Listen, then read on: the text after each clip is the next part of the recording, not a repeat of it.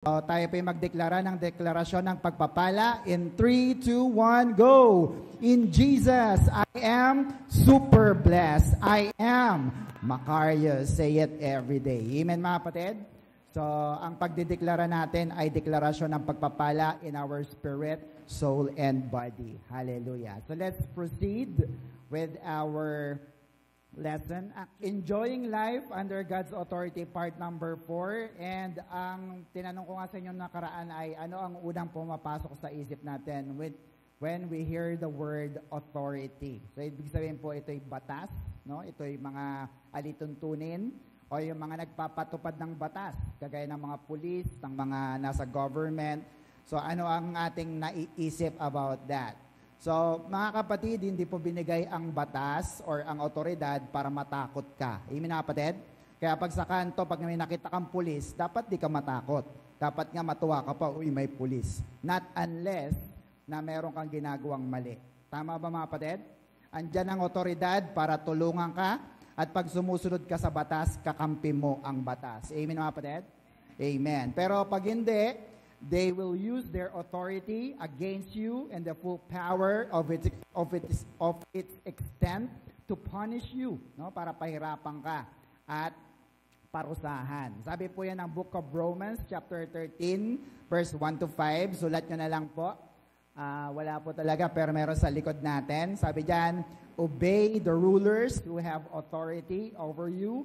Only God can give authority to what? To anyone, and He puts these rulers in their places of power. Okay, so let's just make some arrangement. Pwede bang tumayo po tayo saglit? Tayo lang po saglit. Tapos igilid po natin yung upuan na natin. Side lang, pa-side lang. Para dito po kayo nakaharap, sa dito po. At least nandito pa rin po ako. Ito lang pala ako. Yan. Say, wag naman po nakatalikod sa akin. Pa-side lang po. Yan. Alright. So, thank you so much po. And in verse 3, sabi po dyan, verse 1, sabayan niyo po ako, obey the rulers who have authority over you. Only God can give authority to everyone.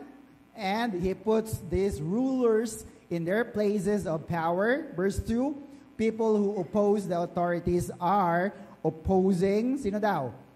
What God has done, and they will be punished, no? So, pag inoppose mo ang authority, nilalabanan mo rin ang Diyos. Amen, kapatid? Kaya dalawa kagad ang kasalanan mo pag hindi ka sumunod sa batas. Sa mata ng tao at sa mata ng Diyos, nagkakamali ka. Amen? Verse 3, rulers are a threat to every evil people, not to good people. There is no need to be afraid of the authorities. Just do, right, and they will praise you for it, no? So, pag nasa tama ka, pag sumusunod ka, they will praise you and they will help you. Tutulungan ka. Verse 4, next. After all, the authorities are what? God's servants, and it is their duty to help you. If you do something wrong, you ought to be afraid. Pag mali ginagawa mo, matakot ka. Because these rulers have what? The right to punish you. They are God's servants who punish criminals to show how angry God is. So sa madaling salita, no, pagpasaway ka naman, yari ka, huli ka, magmumulta ka, at pag kinakailangan ay makukulong ka. Punishment ang para sa'yo. Amen? Verse 5, but you should obey the rulers because you know it is the right thing to do and not just because of God's anger. No? So, ibig sabihin, sumusunod ka kasi alam mo, dapat sumunod. Tama ba? At dahil meron kang konsensya, nandyan ang Diyos nakatingin. Amen po, mga kapatid? Kaya pag may nagawa kang mali at alam mo namang mali ka, aminin mo kahit walang nakakakita. Amen po ba, mga kapatid?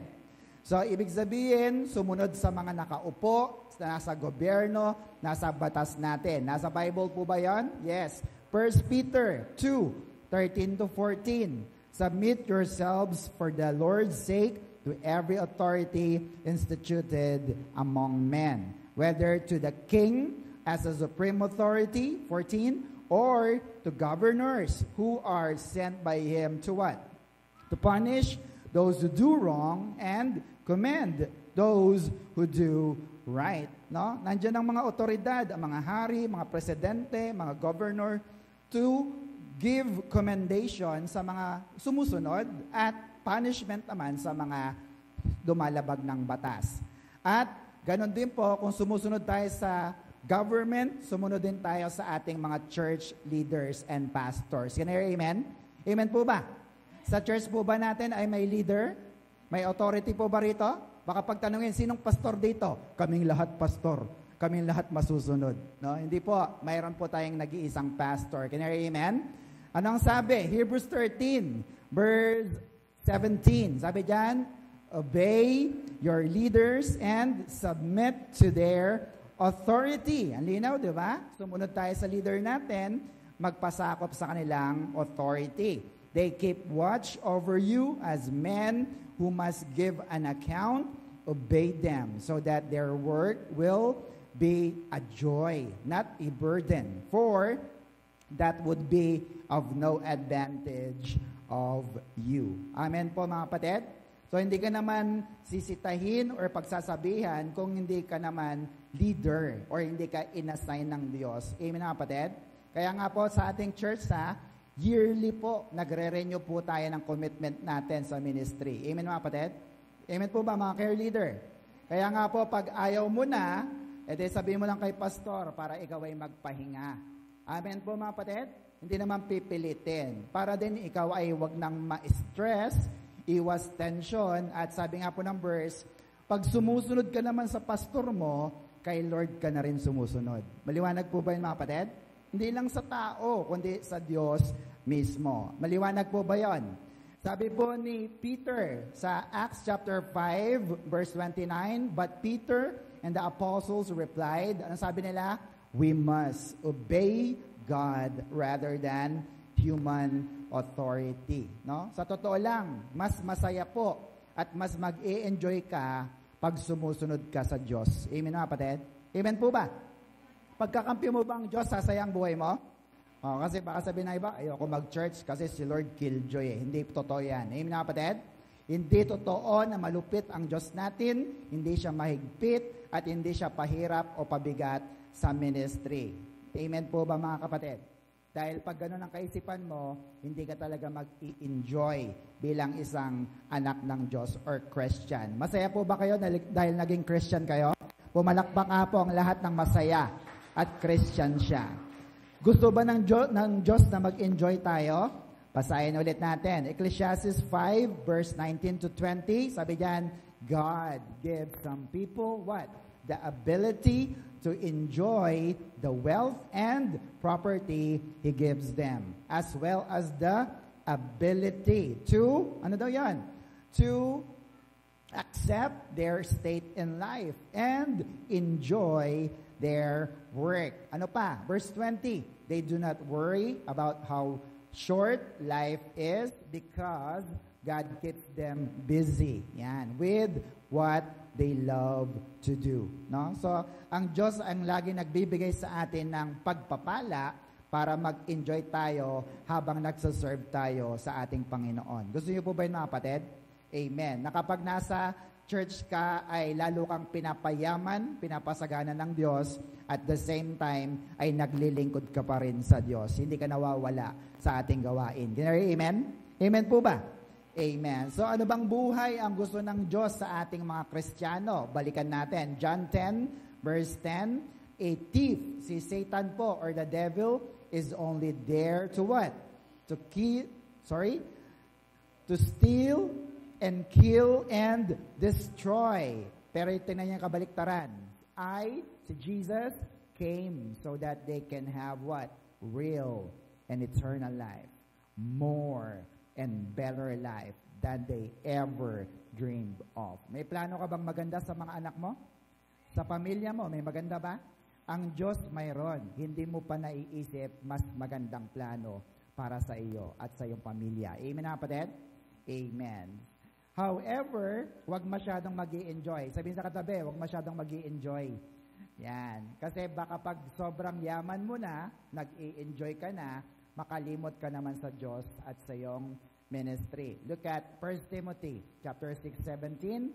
Tell those who are rich in this world not to be proud and not to trust in their money, which will soon be gone. But their trust should be in what? In the living God, who richly gives us all we need for our, look at that, enjoyment. No? Ang ibibigay pala sa iyo ng Diyos, yung need mo, at lahat ng yon ay mai-enjoy mo. Pinapayaman ka at nag-i-enjoy ka sa iyong buhay. Amen po ba mga kapatid? Amen. Kaya huwag ka lang puro trabaho, no? Huwag ka lang puro aral, dapat ay maglingkod ka rin sa ating Panginoon. Amen mga kapatid? Amen. So, the question last time is, do you have any problem submitting to authority? May problema po ba tayo sa pagsunod sa ating mga nakakataas? Meron po ba? Sana wala. Sabihin sa katabi, wala. Yan. Bakit? Look at the next line. Next po, God designed life to be lived under authority. No? Dapat sumunod tayo kasi tayo ay nilikha, tayo ay nakadesign para sumunod sa gobyerno, sa bahay, sa school, sa batas ng bahay, batas ng school, even sa batas ng church. Can you hear amen? Masaya po ba pag may batas? Or magkanya-kanya na lang? No, ang hirap na, no? Anong oras ang service natin? Basta ako, alas 8 darating. Ikaw, alas 9. Ikaw, alas 7. O sige, magkita-kita lang tayo kung saan tayo mapang-abot. No? Pangit, di ba? Maganda pa rin na merong batas sa lahat ng area ng ating buhay. Can you hear amen? Because we are designed to live under authority. What is our example sa authority? Sino nakakaalam? Letter U. Ano po yung U in English? Umbrella. Sabi mo nga, umbrella. Yan. Next po, sabi dyan, authority is like an umbrella designed to cover you, to protect you, and help you enjoy life amidst the heavy rain and scorching heat. No? So, nandyan ang proteksyon ng Diyos. Kaya tinan mo, kahit may bagyo ng buhay, kahit mainit ang tensyon ng buhay, nakukuha mo pa rin ngumiti at maging masaya. Bakit? May protection ka. May covering ka ng Diyos. Amen po ba mga kapatid? Palakpakan nga po natin ang ating Diyos sa buhay. At buong pagmamalaki na inangkin ng Panginoong Yesus ang isang malaking proklamasyon. Matthew 28 verse 18. Everybody, sabi ni Jesus, then Jesus came to them and said, ano sabi niya? All authority has been given to me. Ano? Sabi yan, all authority in heaven and on earth has been given to me. No? So, hindi lang po yan sa lupa, no? Ano authority, kundi ano daw? Maging sa langit. So, ibig sabihin, kayang utusan ng Diyos ang sino mang tao, anumang bansa, anumang principalities, at kahit ang mga anghel sa langit. Amen po mga kapatid? So, ibig sabihin, lahat ng yan ay nasa kanyang ilalim ng kapangyarihan. At ito'y ibinigay, good news ibinigay na ito sa iyo. Sabihin sa katabi, binigay ito sa iyo. Gusto niyo po ba ng kapangyarihan na yon? Ano yung power na yon? Authority is exousia. Sabihin mo nga, exousia. It is the full power, the rule and dominion. Amen na kapatid? Todong kapangyarihan na. Kaya ikaw mismo ay binigyan ng karapatan ng Diyos na utusan ang mga masasamang elemento. Amen mga kapatid? Amen. So last time, Colossians 2 verse 10 pa pala. Sabi dyan, and you, Christian believers, had been given. Anong binigay? Fullness in Christ, who is the head of every power and authority, which is exousia. Nakakasunod po ba mga kapatid? So in the new covenant, dahil sa bagong tipan ng dugo ni Kristo, lahat tayo meron ng kapangyarihan. Full power and authority. Galing kanino?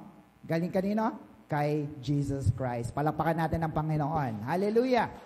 So, our proposition number 1 last time, ano po yan? We are created to live under God's authority. Amen po mga kapatid? Ikaw ba'y handang magpasakop sa Diyos? Ikaw ay nilikha para sumunod sa Diyos. Amen, mga kapatid? Amen. At ang hindi pwedeng mas mataas ang nilikha or ang tao kesa sa lumikha. So, sino ang susunod? Ang tao na nilikha ng Diyos. Maliwanag po ba? Amen. Tandaan po natin ito. Next. All human authorities are under God's supreme divine authority. No? Lahat ng meron ka, lahat ng posisyon, lahat ng pwesto, lahat ng title na meron ka, pinagkatiwala lang sa iyo ng Diyos yan. Amen, mga kapatid? Kaya kung naging doktor ka na, naging attorney ka, naging presidente ka, dapat ay mapagkakatiwalaan ka ng Diyos because you will be accountable to God. Amen po ba, mga kapatid? Amen. Matthew 8, verse 8 to 9, look at this. The centurion replied, Lord, I do not deserve to have you come under my roof, no? But just say the word, no? And my servant will be, healed. Ang kwento nito, yung centurion ay isa pong army, military commander ng 100 na Roman army or soldiers. Sabi niya, lumapit siya kay Jesus, sabi niya, Lord, may sakit ang aking alipin. Sabi ni Jesus, tara, punta tayo sa inyo. Pero ang sabi niya, anong sabi niya? Lord, just say the word. Sabihin mo lang ang salita at gagaling. My servant will be healed. Look at that faith, no? Ang laki ng tiwala niya kanina kay Jesus. Verse 9, for I, centurion, myself am a man under authority with soldiers under me. I tell this one, go, and he goes. And the one, come, and he comes. I say to my servants, do this, and he does it. No? Nakita niyo yan? Yung centurion na ito, kinilala niya, iginalang niya ang authority ni Jesus Christ. Nagpasakop siya dito at naniwala kay Kristo. Kaya ano nangyari? Gumaling nga ang kanyang alipin. Amen po mga kapatid? Kung sana lahat po ng mga leaders natin sa ating bansa ay kinikilala si Lord, di ba?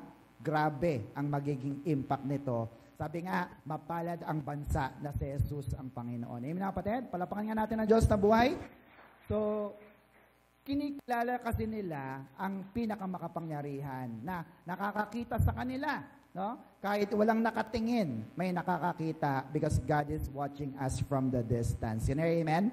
Amen. So, last time I shared with you the 3 provisions under God's authority. Ano po yung letter A? Everybody? Material provision. No? Ano ang ipoprovide ng Diyos sa atin? Needs ba o wants? Needs, no? Lalo na sa need ng anak mo, sa pamilya mo. Amen po mga kapatid? Hindi po luho, hindi po wants. Amen? Naalala niyo po yung umbrella? Di ba? Ang umbrella ng Diyos, laging yang nakatakip sa atin. Kung yung iba'y nagugutom na, ikaw may kinakain pa rin. Amen mga kapatid? Kung yung iba'y wala ng trabaho, ikaw sumasahod pa rin. Because God will provide material provision. Amen? Amen. Letter B is emotional provision. Amen po ba? So, nagkakaproblema ba kayo? Yan, tanong ni brother kanina. Sino sa inyo nagkakaproblema kanina sa buhay natin? Meron ba? Kung ang problema mo ay para bang walang tigil na ulan, always remember umbrella. Sabi mo nga umbrella. Yan, di ba? Kahit yung iba'y nababasa na, ikaw nababasa ka, pero hindi ka naman nagkakasakit. Amen mga kapatid? Kasi may protection ka ng Diyos. Ayaw ng Diyos na maging malungkot ka. Gusto niya happier than happy ka. Amen mga kapatid? Gusto niyo bang maging masaya sa buhay? Anong sabi ni Lord? Luke 11:27 to 28. Balikan lang po natin ito. As he was speaking, si Jesus, a woman in the crowd called out, God bless your mother, the womb from which you came, and the breast that nursed you. 28, he, si Jesus, replied, tinan yung sagot niya, but even more blessed. Ano yung word na yun? Macarius are all who hear the word of God and ano pa? Put it into practice or apply it. No? So, si Jesus, hindi naman niya dinidiscredit na kung sino ba yung magulang mo, Sino ba yung nag-alaga sa'yo? No? Sabi niya, mapalad ka kasi anak ka ni ganito, anak ka ni ganyan. No? Sabi niya, okay. Pero ang sabi ni Lord Jesus, mas mapalad, even more blessed. Amen na kapatid? Mas magiging masaya ka pa. Kailan? Kung ikaw ay hindi lang anak ng kung sino-sino, kundi kung ikaw ay anak mismo ng Diyos. Nakikinig ka ng salita ng Diyos at sumusunod ka sa salita ng Diyos na buhay. Kinari, amen? Palapakan natin ating Diyos na buhay. Yun ang mas mapalad. Yun ang Macarius. Amen mga kapatid? Kasi anak ka na ng Diyos na buhay. Amen mga kapatid? Amen. So masaya ba kayo? Anak kayo ng Diyos? Pero masaya rin kayo? Anak kayo ng nanay at tatay nyo? Yan. Pero mas mapalad ka, Macarius ka, kung anak ka ng Diyos. Amen? Amen. So let's proceed with letter C. Dito po tayo magtatapos. Letter C is, everybody, is spiritual provision. No? Kompleto na tayo. May material, may emotional, mayroon pang spiritual. Amen po ba mga kapatid? Amen. At sasabihin ko po sa inyo, sa tatlong yan, sino ang pinakamahalaga? A, B, or C? Spiritual. Palapakan nga natin si Lord. Bakit? Sapagat ang mga spiritual na bagay ay hindi nauubos, hindi nawawala. Ito ay nagtatagal. Amen mga kapatid? Amen po ba? Pero syempre, pag hindi ka Christian, normal na tao ka lang, walang pakinabang sa'yo ang spiritual na bagay. Walang bisa sa'yo ang mga spiritual na bagay. Ayaw mo ng church, ayaw mo ng Lord, ayaw mo ng mga pagsamba, ayaw mong umawit sa Diyos kasi walang pakinabang at aksaya lang sa oras. Tama ba mga kapatid? Kaya nga di ba pa nag-iimbita ka, sabi mo, halika, sama ka sa church. May sumasama ba? Ayaw nila. Ayaw kasi nila ng spiritual provision. Pero isa po sa spiritual na provision ng Diyos ay ang next po, Bible. Sabihin mo nga, Bible. It is the Word of God, our daily bread. Amen mga kapatid? Kumain po ba kayo kanina? Kumain po ba kayo? Amen, no? Pag hindi ka kumain, magugutom ka. Amen? Pero anong sabi ni Jesus? Nabi dyan sa gilid, Matthew 4:4. Jesus answered, Scripture says, the Bible, a person cannot live on bread alone. But, look at the contrast. But, on every word that God speaks. Amen mga kapatid? Amen po ba? Kung totoo ito, na ang tao pala hindi lang nabubuhay sa pandesal, sa tinapay, kung totoo ito, totoo po ba ito sa inyo? Totoo po ba? Eh di, dapat hindi ka uma-absent. Sabi sa katabi, dapat hindi ka uma-absent. Palapakan natin ang Diyos. Kasi mamamatay ka sa gutom. Hindi ka makakakain sa iyong spiritual na buhay in your born again spirit. Amen, kapatid? Pag ito'y naintindihan mo, yung Matthew 4:4, hindi mo na tinatanong kung aaten ka ba o hindi. Pag sinabing merong gawain, kakain ka ng salita ng Diyos, aaten tayo dahil sa Panginoon. Shout Amen. Amen. Sige, palapakan po natin ang Panginoon. 2 Corinthians 4:8, look at this. Matibay po ito. So we fix our eyes not on what is seen, but on what is unseen or spiritual. For what is seen is temporary, but what is unseen is what? Eternal. Nakita niyo mga kapatid? Mas mahalaga pa rin ang mga spiritual na bagay. Bakit? The unseen, yung mga hindi nakikita. Pag nag-pray ka ba, nakikita mo kagad ang resulta? Hindi di ba? Pero this is eternal. Amen? Nagtatagal. Ito ay may mahabang bisa para sa ating mga anak ng Diyos. Sino po sa inyo nag-pray na at di pa rin nasasagot? Meron ba rito? Meron po ba? Pero may nangyayari ba pag nag-pray ka? Amen? Sige, palapakan natin ng Diyos. Because it is eternal. Pwedeng hindi mo makuha ngayon, pero pwede mo makuha pag binigay na ng Diyos. Amen po mga kapatid? Amen po ba? Amen. So, next, always, everybody, always invest in things with eternal value. No? Huwag mong maliitin yung mga bagay na ginagawa mo sa Diyos. Amen? Amen po ba? Ano yun? Yung fellowship, pag-attend, no? Evangelism, pag-worship mo, pag nagtaas ka ng kamay, no? What else? Discipleship, nangangaral ka. Hindi lang ikaw ang nag-aaral ng salita ng Diyos, nangangaral ka din sa iba, and your ministry. Kaya sabihin sa katabi, may pakinabang yan. Gawin mo yan para sa Panginoon. Invest in things with eternal value. Palakpakan natin ang ating Diyos na buhay. Kayo po ba'y masaya at naka-attend kayo? O yan, may pakinabang po yan. Amen mga kapatid? Amen. Sa tingin mo lang wala, pero sa tingin ng mata ng Diyos, meron po yung pakinabang. Sa panahon po ni Eva at Adan, naranasan po nila ang personal na pagsama ng Diyos. And we call that, next po, God's presence. The presence of God makes all the difference. Tatanungin ko po kayo, naranasan nyo na po bang presensya ng Diyos? Masarap po bang pakiramdam yun? Kaya palapakan nga natin ang Diyos. Yun yung hinahanap-hanap natin eh. No? Ba't kaya yung mga tao na to laging pumupunta sa church? Bakit kaya nagtitipon sila? Hindi nila maintindihan. Nandoon ang presensya ng Diyos. Amen po ba mga kapatid? Pwede namang sa bahay, yes. Pero maraming distraction sa bahay. Tama ba? Kaya pag umattend ka naman sa church, narito ang presensya ng Panginoon. Genesis chapter 3 verse 8, balikan natin si Eva at Adan. Then they heard the Lord, Lord God walking in the garden during the cool part of the day. And the man and his wife, anong ginawa nila? Hid, nagtago from the Lord God among the trees in the garden. Ang tanong ay, ba't sila nagtago? Bakit po? Kasi natakot sila sa Diyos. Bakit sila natakot? Kasi may ginawa silang kasalanan. Very good. Palakpakan nga natin ang mga sumagot. Tama! Natakot sila kasi may ginawa silang kasalanan. At ano nangyari? Dahil sila nagkasala. Next po.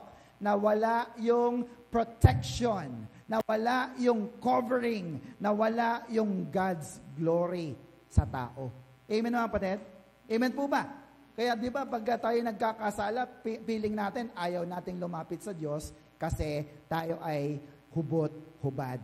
Ayaw nating humarap sa Kanya. Amen mga kapatid?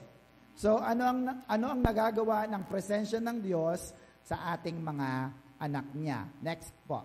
Sabi diyan, living under God's authority. Look at that. Secures His presence in our life even amidst our most difficult times. Sa Tagalog, pag tayo nasa ilalim ng presensya ng Diyos, ito ay nagsisiguro. It secures His presence kahit may matindi kang problema. Sabihin sa katabi, kasama mo ang Diyos. Naniniwala ka bang kasama mo ang Diyos? Oh, look at the promise. Isaiah 43. Isulat mo ito dahil naniniwala ka. When you pass through the waters, I will be with you. When you cross rivers, you will not drown. When you walk through fire, you will not be burned, nor will the flames hurt you. Look at that. Ito ba yung natural na pangyayari lang? Di ba, pag ihagis ka nga sa ilog, baka lunod ka na. Pag hindi ka marunong lumangoy. Pag hinagis ka sa apoy, sa bahay na nasusunog, baka sunog ka na. Amen? Is this just a natural material provision? No! It is a spiritual provision. God's presence. Ang protection ng Diyos ay kayang sumaklaw sa mga natural na sakuna, mga sakit, karamdaman. Kahit anong apoy, kahit anong tubig, hindi ka kayang saktan basta ikaw ay nasa ilalim ng proteksyon ng otoridad ng Diyos. Shout amen. Palapakan natin ating Diyos sa buhay. Amen po mga kapatid. Kaya po dun sa motor ko po, nakalagay sticker, pray before you ride. Amen mga kapatid? Naniniwala ba kayo na dapat magdasal bago bumiyahe? Oo. Kasi pag hindi ka nagdasal at bumiyahe ka, nako, asahan mo, kakabahan ka. Kasi wala kang protection ng Diyos. Amen mga kapatid? Amen po ba? Pray before you ride. Sabi pa ng Isaiah 54:17, no weapons that is formed against you will prosper. Walang baril, walang kutsilyo, walang pamalo ang kayang makasakit sa iyo. Amen na kapatid?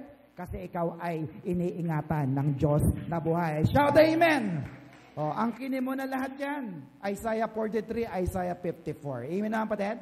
Amen po ba? Now, sino-sino pa ang mga sinamahan ng Diyos? Let me just give you some people in the Bible. Number 1 is Moses. Sabi mo nga si Moses. Yan. Sa Exodus 13, siya po ay nandun as a pillar of cloud and fires. Sa chapter 14, sila ay tumawid through the Red Sea. You know the story. Amen? Sino pa? Joshua. Sabi nga natin si Joshua. Yan. In Joshua chapter 3, nung kasama nila ang Ark of the Covenant, tumawid sila sa Jordan River at sila'y tumawid sa tuyong lupa. Amen na kapatid? Imposible ba yon? Hindi. Kasi basa ang ilog, pero nung tumawid sila, tuyong-tuyo ang lupa. Amen? Bakit? Kasama nila ang presensya ng Diyos. Ano yung pangako kanina? Kahit sa tubig, hindi ka malulunod. Kahit sa tubig, hindi ka mapapaano. Amen? Amen po ba? Who else? The Shadrach, Meshach, and Abednego. Anong nangyari sa kanila? Nung sila'y ihagis doon sa pugon, 7 beses na pinainit, ano nangyari sa kanila? Nasunog ba sila? Nasunog po ba? Sino kaya sa inyo ang gustong magpahagis sa pugon? Meron ba? Ayaw namin, pastor. Amen po mga kapatid? Pero ito, grabe ang nangyari sa kanila. Basahin natin. Daniel 3, verse 25, He, King Nebuchadnezzar, said, Look, I see, ilan si Shadrach, Meshach, Abednego? 3 lang sila. Pero tingnan mo, I see 4 men walking around in the fire, unbound, no, walang tali, and unharmed, hindi nasaktan, and the 4th looks like what? A son of the gods. Wow! Sino yung kasama nila? Sino yung pang-4 na yon? Ito'y walang iba kundi si Lord Jesus. He is the incarnation in the Old Testament. Amen mga kapatid? Amen po ba? Nagpapakita na si Lord Jesus even in the Old Testament times. And sabi dyan, He is like the Son of the gods. It could be an angel, but possibly, siya po ay walang iba kundi ang ating Panginoong Jesus. Shout Amen. Palapakan natin ang ating Diyos na buhay. Are you still with me mga kapatid? Yan. Sino pa ang iningatan ng Diyos? Exodus 33 verse 15. Then Moses said to him, If your presence is not going with us, anong kanyang sabi? Everybody, don't make us leave this place. Gaano ka-importante ang presensya ng Diyos? Alam ni Moses. Sabi niya, Lord, mula dito, papunta sa promised land, kung hindi mo kami sasamahan, huwag mo na lang kami paalisin. Amen mga kapatid? Amen po mga kapatid? Kung ikaw ay mag-a-abroad, kung ikaw ay magtatrabaho, sabi mo, Lord, magpe-pray ako sa iyo. Pag hindi mo ko iningatan, huwag mo na lang akong paalisin. Bakit? Habang bumabiyahe ka, habang binabaybay mo ang iyong lugar, papunta sa iyong destinasyon, maraming panganib. Amen mga kapatid? Amen po ba? Maraming aksidente, maraming sakuna. Pwede kang mapahamak. Kaya ang sabi ni Moses, Lord, presensya mo lang, sapat na. Amen po ba mga kapatid? Amen po ba? Kaya kayo po, huwag kayong papayag na kayo aalis na hindi kasama ang presensya ng Diyos na buhay. Because God's presence makes all the difference. You have the covering, you have the protection, even the provision sa lahat ng inyong pangangailangan. Shout Amen. Palapakan natin ating Diyos na buhay. Are you still with me, mga kapatid? Amen. Now, ang tanong ko ay, bakit sila sinasamahan ng Diyos? Ano pong sagot natin? Bakit po? Kasi marunong silang, letter P, marunong silang mag-pray. Marunong silang manalangin. Amen po ba mga kapatid? Ikaw ba'y marunong manalangin? Yan. Kaya pala sinasamahan ka ng Diyos. Hindi ka naman sasamahan ng Diyos kung hindi ka nag-pray. Can you amen? Amen po ba? And you have the deep knowledge in God's Word. Ang lalim ng iyong dasal ay depende sa lalim ng pagkakilala mo sa Diyos. Amen po ba mga kapatid? Amen po ba? Tingin po kayo sa akin, saglit dito. Pag kayo nag-pray, Lord, ikaw ang Diyos na nagpapagaling. Talaga bang alam mo nagpapagaling ang Diyos? Naranasan mo ba? Pag sinabi mong, Lord, you will provide our needs. Sigurado ka ba? Alam mo na ang Diyos mo ay mayaman? Amen? Ganun kalalim ang dasal mo, depende sa lalim mo sa salita ng Diyos. Amen na, kapatid? Samantalang iba, Lord, ikaw ay magpo-provide, pero sa isip niya, saan kaya ako kukuha mamaya? Tama ba, mga kapatid? Amen po ba? When you pray, dapat alam mo na ito'y nakasulat sa ating Biblia, sa salita ng Diyos. Can you hear amen? Amen po ba, mga kapatid? Ang unang itinuro ni Lord sa mga alagad niya, hindi para humayo, hindi para magturo, hindi para maglingkod or ministry. Anong unang tinuro ni Lord Jesus? Mag-pray. Sabi mo, mag-pray. Yan. Dahil ang panalangin, ang pinakamabisang panlaban sa lahat ng mga bagay na hindi nakikita. Shout amen. Amen. Palapakan natin ang Diyos na buhay. Yan. Next po, sabi dyan, next, God's presence in our life makes our plan possible. Sorry, hindi ko na-edit. Again, God's presence in our life will make our plans possible. May mga plano ba kayo sa inyong buhay?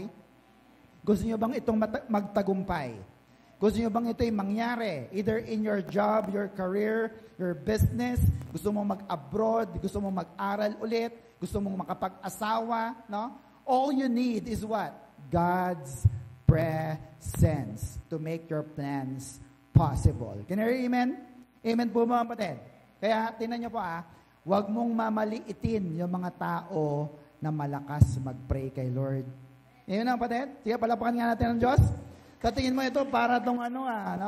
Pero ang totoo, siya'y malakas manalangin sa ating Diyos na buhay. Amen po mga kapatid? Amen po. At pag siya'y nag-pray, no? Merong nangyayari in the spirit world. Sabi sa katabi, meron. Amen mga kapatid? May labanang nangyayari. Kaya pa Lord, sabi, Lord, ipadala mo na yung pambayad ko ng renta. Pag dilat ng mata mo, wala naman nangyayari. Pero sa spirit world, lahat na ng anghel, hinahawi na ang mga demonyo, ang mga sagabal, kasi paparating na ang pagpapala ni Pastor Kani ng ating kapatid na si brother and sister. Amen po mga kapatid? Amen po ba? Amen. Kaya manalangin ka. Amen? Mag-pray ka. Sapagat itong pinakamabisa na panlaban sa hindi nakikita. Ang langit po ay nag-ooperate hindi sa paraang gusto mo. Ang langit ay nag-ooperate sa pamamagitan ng mga salita at sinabi ng Diyos. Amen mga kapatid? Amen po ba? Halimbawa, sinabi ng Diyos, ikaw ay magaling na. Dapat paniwalaan mo yon sapagkat hinihila mo yon pababa sa langit. Amen po mga kapatid? And when you are praying, ikaw ay nagdarasal sa isang makapangyarihan na Diyos. Sino po yon? Si Jesus Christ. Palapakan natin ang ating Panginoon. All authority is with Jesus Christ. Amen mga kapatid? At libu-libong anghel kaya niyang utusan para pagpalain ka, para ingatan ka, para tulungan ka sa iyong mga problema. Amen mga kapatid? Yung iba nga, isang anghel lang tinatawag, no? Pero okay naman. Naliligtas naman siya.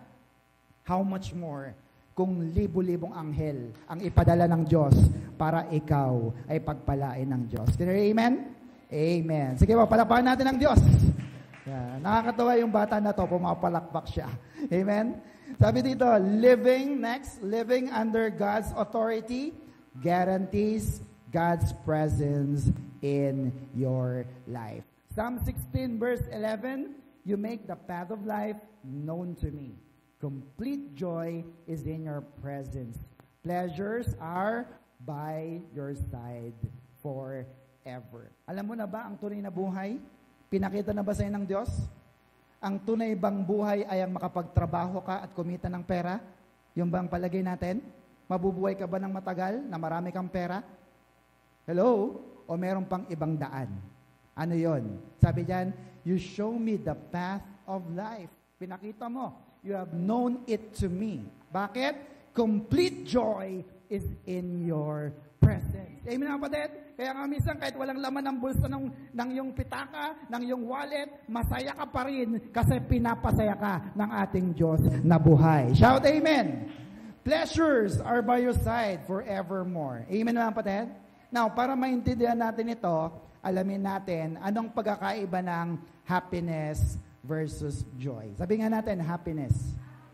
Joy. Yan. Anong pagkakaiba? Nakita niyo yung picture? Sino yung nanalo dyan sa picture? Yung nasa 1, 2, or 3? Dapat, ang nanalo dyan yung nasa 1. At first place siya. At yung nasa 2, sapagkat second place siya. Pero sinong masaya? Number 3. Amen po mga kapatid? Kasi ibig sabihin, ang happiness pala, nakadepende sa tao, nakadepende sa mga bagay at mga pangyayari. Amen mga kapatid? Marami kang pera, masaya ka. Marami kang kaibigan, masaya ka. Pero pag inalis na ito sa'yo, masaya ka pa ba? Kaya ngayong iba, ayaw na mag-church eh. Amen mga kapatid? Kasi happiness lang yon. Sabi sa katabi, happiness lang yon. Samantalang ang joy ay nakadepende sa presensya ng Diyos. Kaya meron, kaya wala. Alam mo, Lord, pagdating ko sa langit, lahat ng hinihiling ko, ibibigay mo. Shout amen. Hindi ka pa kinuha. Nasa lupa ka pa rin. Sige Lord, ipadala mo muna rito para ma-enjoy ko naman habang nagpapasakop ako at naglilingkod ako sa iyo. Shout amen. Palapakan natin ang Diyos na buhay. Are you still with me? Amen po ba? Nung 90s po, may kanta, ang title ay, Kailan Ka Iniwan ng Diyos. Alam niyo yung kanta na yun? Narinig niyo na po ba? Sabi, Kailan ka iniwan ng Diyos? Kailan mo naranasang siya ay wala? Anong sakit ang di niya pinagaling? Anong problema ang di niya binigyan ng katugunan, di ba't wala? Lahat ay dilingid sa Kanya. Amen mga kapatid? Kaya huwag mabahala. Palapakan natin ang ating Diyos na buhay. Kasama mo ang Diyos. Amen mga kapatid? Amen. Next, yes, we can enjoy God. Yes, we can enjoy life under His presence and His authority. Ang tunay na kaligayahan ay kapag kasama natin si Lord. Amen mga kapatid? Masaya ba kayo pag kasama nyo si Lord sa inyong buhay? Sabi niya, Lord, diyan ka muna, killjoy ka eh. Baka hindi ako masyadong mag-enjoy. Tama mga kapatid? Parang sa mga company dinner, di ba? Yung mga empleyado gustong kumain sa labas, nabalitaan ng boss, sumama. Nung sumama siya, hindi na tuloy sila makakain ng maayos. Diba? Ganun ba tayo? Pagkasama mo ba ang Diyos ay nagiging killjoy siya? Hindi po mga kapatid. Amen mga kapatid? Dapat pagkasama mo ang Diyos, mas masaya ka kasi siya ang manlilibre ng iyong kinakain. Amen? Siya ang magpo-provide ng lahat ng iyong pangangailangan. Shout amen. Amen. Now, in the spiritual realm and provision, kayang utusan ng Diyos ang mga spiritual na bagay. Ano yung mga spiritual na bagay? Yung na hindi mo nakikita. Ano yon? Sakit. Amen? Alam mo bang magkakasakit ka? Hindi eh. Yung mga demonyo, alam mo bang iinisin ka niya? Hindi rin. Ano pa? Yung takot. Na-stress ka ba? No? May confusion ka ba? Nagda-doubt ka ba? No? Lahat yan kayang utusan ng Diyos na mawala sa iyong buhay. Amen po mga kapatid? Kaya pag nakakaramdam ka na, Lord, natatakot ata ako, kinakabahan ako, i-rebuke mo yan. Sabi sa katabi, i-rebuke mo yan. I-rebuke mo yan at mag-i-enjoy ka sa iyong buhay. Shout amen. Palapakan natin ang ating Diyos na buhay. Amen mga kapatid? Gusto niyo po bang maging mayaman? Amen. Sabi nga ni Kuya Aban nung nakaraan, Christopher, mayaman ka nga, bukas naman kukunin ka na ni Lord. Okay lang ba? Hindi. Sino sa inyo gustong maging mayaman? Taas ang kamay. Yung iba, hindi ko na ulitin ang tanong. Sige, sabay-sabay ha. Sinong gustong maging mayaman? Yan. Sino naman sa inyo gustong maging mayaman at wala pang sakit? Hallelujah! Mas mayaman po yon. Amen na kapatid? Amen po ba? Yan ang gusto ng Diyos sa iyo. Mayaman ka, malusog ka, malakas ka, wala kang sakit karamdaman, kaya ang iisipin mo na lang, Lord, maglilingkod ako sa iyo, ano man ang mangyari. Amen? Amen po ba? Amen.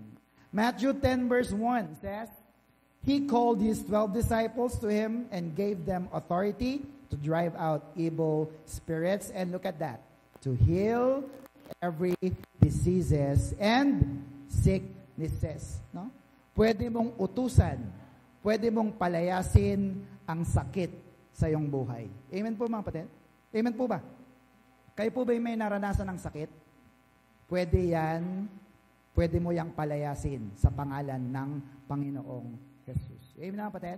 Kasi minsan pag may sakit ka kagad, saan ka tatakbo? Doktor, ospital, libre ba? Libre po ba? Hindi eh. Buti na lang, pinapayaman ka ng Diyos.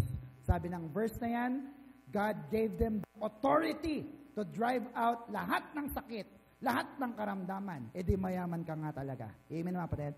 Amen po ba? Amen. What else? Mark chapter 6 verse 7. Calling the 12 to him, he sent them out 2 by 2 and give them authority over the evil spirit. Pwede mong utusan, pwede mong palayasin si Satanas, ang demonyo sa iyong buhay. Gusto niyo po ba yun mga kapatid? Kasi yung iba takot sa mumo, takot sa multo, no? Takot sa mga pakiramdam na nakakatakot. Palayasin mo yan. Sabi sa katabi, palayasin mo yan. Kasi may authority ka galing sa Diyos. Amen mga kapatid? Amen po ba? Naintindihan niyo po ba yon? Amen. Luke 10:19, look at this. I, Jesus, have given you authority. Now, Luke 10:19, next po. I have given you authority to trample on snakes and scorpions and to overcome all the power of the enemy. Look at the next line. Nothing will harm you. Amen? Pwede mong utusan, pwede mong palayasin, pati ang mga mababangis na hayop. Ano yung nilagay dyan? Snakes. Ano pa? Scorpion. Kasi Middle East yun eh. Sa Pilipinas, ano ba yung mga hayop na kinakatakutan mo? Aso. Ha? Pag may aso lang ayoko mag-church, bakit may aso? Ano pa? Itik. Diba nangahabol yun? Pabo. Pusa. No? Kalabaw. No? Yung mga baka na nanunuwag. Amen mga kapatid? Utusan mo sila. Sabi mo, lumalis ka dyan, mag-church ako. Amen mga kapatid? And what is the promise? Nothing will harm you. Hindi ka mapapaano in Jesus' name. Shout amen. Amen. Amen po mga kapatid? Amen. Now, ano pang isa pa sa spiritual na provision ng Diyos sa atin? Next po, it is the Bible. Sabi mo nga, the Bible. It is God's word, it is the last word, and the final authority. Amen po mga kapatid? Pag dito sa church natin, may pagtatalo-talo. Ay, ano ba naman yan? Ano ba naman yan? No? Pag merong hindi pagkakaunawaan, pag may katuruan na hindi natin maintindihan, sino ang masusunod? Si pastor ba o yung Biblia? Sino masusunod? Si pastor o yung Biblia? Ang Biblia pa rin. Amen mga kapatid? Because the Bible is our final authority. Pag nagsalita na ang Biblia, dapat tayong sumunod. Amen po ba kapatid? Amen po ba? Bakit? Because next, God and His Word are one. Do you believe that? Yung Biblia ang hawak mo, yung Biblia ang binili mo, ito'y kasing katumbas ng Diyos. Sapagkat ang salita ng Diyos at ang Diyos ay iisa. Amen po ba mga kapatid? Di ba binigay ko na sa inyo yung example niyan? Nung bata pa ako, sabi ko, ang mami ko, pag sinabi niya, Gani, punta ka sa tindahan. Bibigyan niya lang ako ng maliit na papel, nakasulat, sardinas, itlog, bigas. Bigay mo yan doon. Nakuha niyo yan? Wala yung nanay ko, pero pag inabot ko yung sa tindahan, pagbalik ko, may bigas, may sardinas, may kanin. Amen mga kapatid? Amen po ba? Kasi yung sinulat niya at yung nanay ko, magkasing bisa sila ng otoridad. Can you amen? Kaya ang salita ng Diyos ay dapat paniwalaan ng bawat isa sa atin. Why? Next, because the Bible is what? Spiritual in nature. Do you believe that? Kaya pag may Word of God, kanina, di ba, nagbabasa si brother, Word of God yan eh. Sige, pakinggan natin. Amen po mga kapatid? Because the Word of God is the sword of the Spirit. Malay mo, yan ang kailangan natin para tagpasin ang mga problema, ang mga masasamang elemento, mga demonyo sa ating kalagitnaan. Can you hear amen? Amen po mga kapatid? So the Bible is what? Spiritual in nature. Hindi lang siya basta salita ng Diyos. Pag sinabi yung macho porpor, wala lang yan. Hindi. Spiritual yan. At nanonood yan in your born again spirit. Amen na kapatid? Amen po ba? Kaya pag hindi ka na born again, nagbasa ka ng Bible, hindi mo maintindihan ng Biblia. Kasi ang tutulong sa iyo ay ang banal na spirito para maintindihan mo ang mga salita ng Diyos na buhay. Pumalakpak nga po ang nakakaunawa ng salita ng Diyos sa oras na ito. Amen po ba, mga kapatid? Amen po ba? Amen. Therefore, next, if God's word is the final authority and those who are called to teach, ano lang sabi? Are also has given authority. No? Kaya si pastor, yung nagtuturo dito, binigyan din niya ng Diyos ng otoridad. Kaya igalang natin ang ating pastor. Amen, mga kapatid? Amen po ba? Kesyo bata siya o kung matanda na siya, kung meron ba siyang narating, no? Meron ba siyang pinag-aralan, no? Igalang pa rin natin. Bakit? Kasi yung iba ganito Kesyo super close na sila kay pastor, binabaliwala na, hindi na nakikinig kasi hindi naman magagalit sa akin yan Mayroong ganun Amen na kapatid? But for that matter, sabi ko nga kanina, ang isang natural na tao, hindi niya papatulan na siya ay magpapastor. Pag nagtanong ako ngayon, sino sa inyong gustong maging pastor? Taas nga ang kamay. Gustong magpastor? Ay, wala. Sino sa inyong gustong maging manager ng malalaking kumpanya? Meron ba? Amen? Bakit? Kasi sa natural na kaisipan ng tao, pastor, walang pera yan. Wala yang sahod. Amen mga kapatid? Magugutom ang pamilya mo dyan. Pero, sa mga kagaya ko, na nagtitiwala sa pangako ng Diyos, sa salita ng Diyos. No? Ang sabi ng Diyos, di ba? Sino mang nagtitiwala sa Kanya will never be disappointed. Amen po mga kapatid? Kaya sama mo pa ng Psalms 23, ng Hebrews 13:5, Matthew 10:39, di ba? Lahat ng yan ay panghawakan mo at hindi ka magkukulang sa paglilingkod mo sa ating Diyos na buhay. Shout amen! Are you still with me? Pero, igalang mo pa rin. Sabi sa katabi, igalang mo ang iyong pastor. Amen na kapatid? Amen po ba? Pinadala yan sa inyo at ang dala niyan ay mabuting balita. Ito ay walang iba kundi ang Biblia. Amen mga kapatid? Amen po ba? Are you still with me? Malapit na po tayo.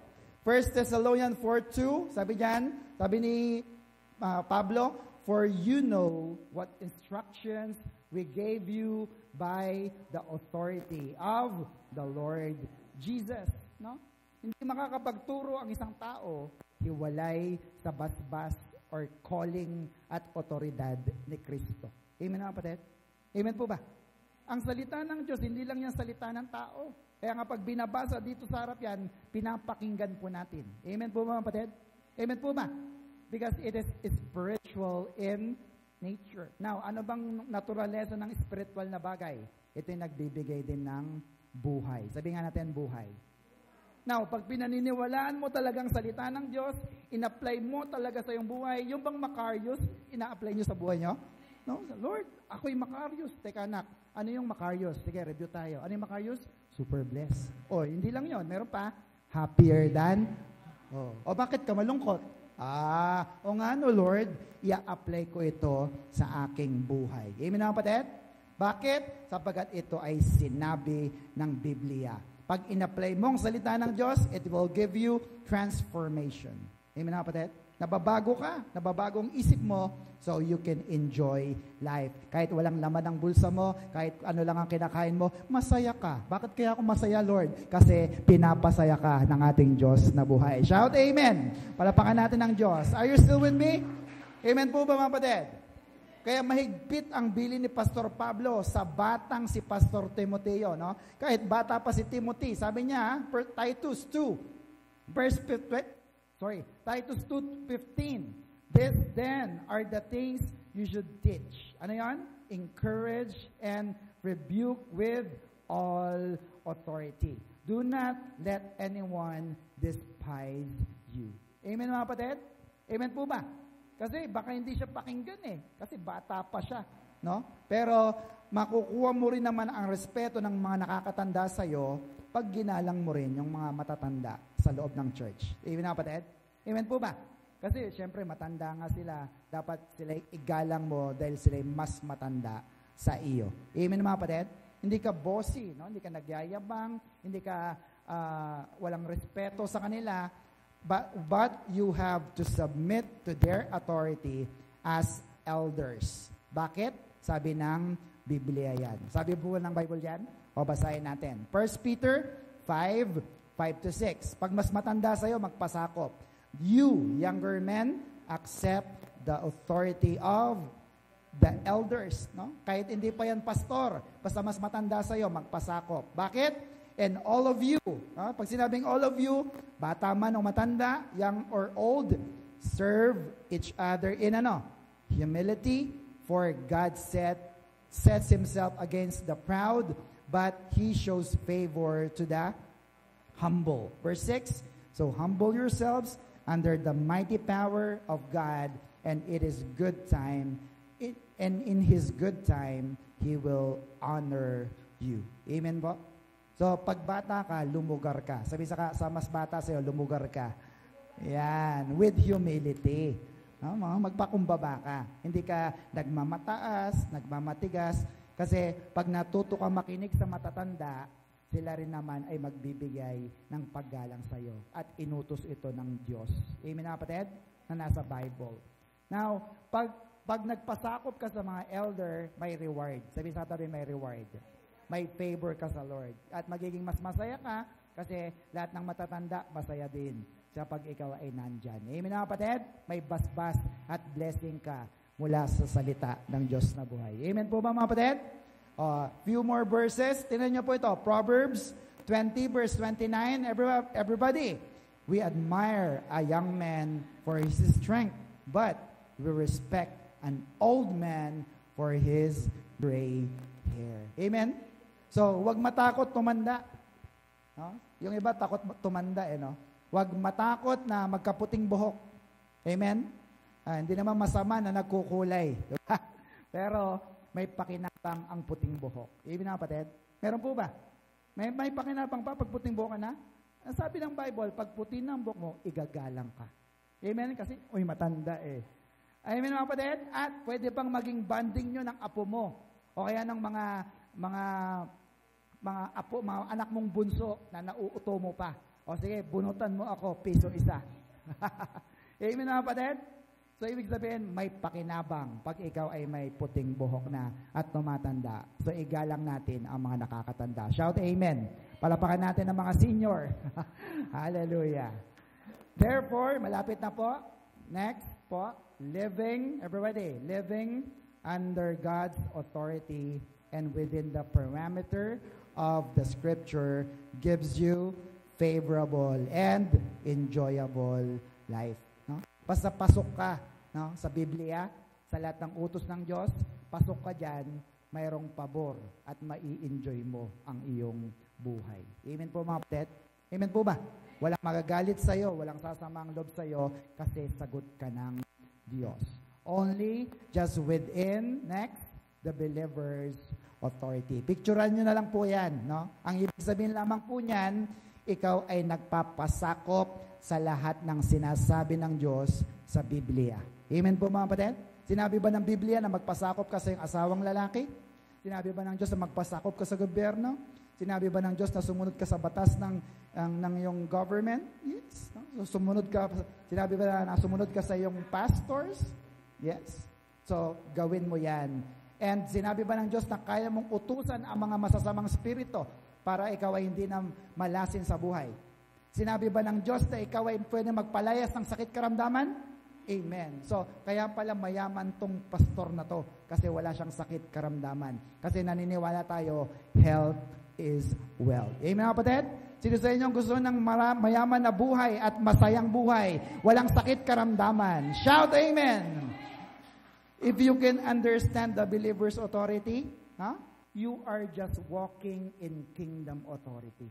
Diba? Ang hari matindi yan. Pag sinabi yan, dun yan. Pag sinabi, halika rito. Ganyan ang otoridad natin pag nakay Kristo na tayo. Amen mga kapatid? May natutunan po ba kayo? So, are you living under God's authority? Ikaw ba'y namumuhay sa ilalim ng otoridad ng Diyos? Amen? Then, you can enjoy a super blessed and happier than happy life. Palapakan natin ang Diyos sa buhay. So next week, to be continued. Anong ating Macarius Challenge? Everybody, enjoy life under God's authority. Sa pa nga po, enjoy life under God's authority. Tayo pong lahat ay manalangin. Hallelujah. Sige, tayo po tayong lahat. Hallelujah. Yes, Lord. Let's just take some time to feel the presence of the Lord. There's nothing to rush. Just be in the presence of the Lord sa oras na ito. Naniniwala ba kayo na nandito ang Diyos? May pangako siya, di ba? 2, 3 na nakatipon sa kanyang pangalan. Sa pangalan ni Jesus, narito siya sa ating kalagitnaan. And God is here. Amen, kapatid? He is Emmanuel. He is even within you in your born-again spirit. And Lord, salamat po sapagkat ang presensya mo ang pinaka-mahalagang probisyon na pwede naming maranasan bilang tao. Sapagkat ikaw ay Diyos, napakabanal, napakamatuwid, walang kasalanan, walang bahid ng pagkakamali. And yet, Lord, napakatalino mo kung paanong ikaw na napakalinis at banal ay pwedeng pumasok sa aming mga tao na marurumi. Lord, salamat po sapagkat sa aming born-again spirit, pwede kang manahan. Pwede mo kaming kausapin at pwede naming maranasan. Pwede naming matutunan ang iyong mga salita. Sapagkat sa sarili naming pangunawa, wala po kaming kayang gawin, Panginoon. Pero dahil andyan ang banal na Espiritu, anumang salita mo na aming narinig, anumang salita mo na aming nabasa, tumitimo sa kaloob-looban ng aming pagkatao. Lord, sabi mo, mayaman na kami. Panginoon, hindi ito na natural na bagay. Ito ay spiritual na bagay, Panginoon. And if we just open our spiritual eyes, we can see na kahit sa oras na ito, nakikita namin ang aming buhay dyan sa langit, Panginoon. Ang inihanda mong napakagandang buhay para sa amin. Sapagkat sabi mo, kami magaling na. Anumang sakit karamdaman meron kami, pwede naming utusan na umalis. Or, kung kami man ay makauwi na dyan sa langit, sigurado, wala nang sakit karamdaman. Kaya Panginoon, narito pang bawat isa. Kapatid, kung ikaw ay pinapahirapan ng iyong sakit, ng anumang karamdaman, kung ikaw ay nahihirapan na sa iyong buhay, kakatrabaho, kakakayod para lamang sa pamilya, sabi ng Panginoon, come to me. Come to me. Sabi ni Lord Jesus, come to me and I will give you rest. Pagpapahingayin ka ng Panginoon. And in His presence, there is rest. In God's presence, there is fullness of joy. Napakaganda nun, mga kapatid. Hindi ka lang narito sa presensya ng Diyos para magpahinga. Pinapasaya ka pa niya. Kaya Panginoon, sa oras na ito, aliwin niyo po, Panginoon, ang aking mga kapatid sa anumang kabagabagan sa kanilang buhay, anumang alalahanin, mga bayarin, problema. We rebuke that in Jesus' name. We use our believer's authority to cast out all the works of the enemy in our lives in Jesus' name. Tapagat alam namin, Panginoon, may magandang ang plano, may magandang buhay na inanda ka para sa iyong mga anak. Maraming salamat po at maingat tayong binabalik ang pinakamataas na papuri, pasasalamat, pagsamba. Sa pangalan ng aming Panginoong Yesus, lahat ng pinalaya ng Diyos ay magsabi ng malakas na Amen and Amen. Palapakan po natin ang Diyos na buhay. Are you blessed? Super. Ano po ang ating Macarius Challenge? Enjoy life under God's authority. To God be all the glory. Tayo po ay darako na sa ating pagbibigay through grace giving.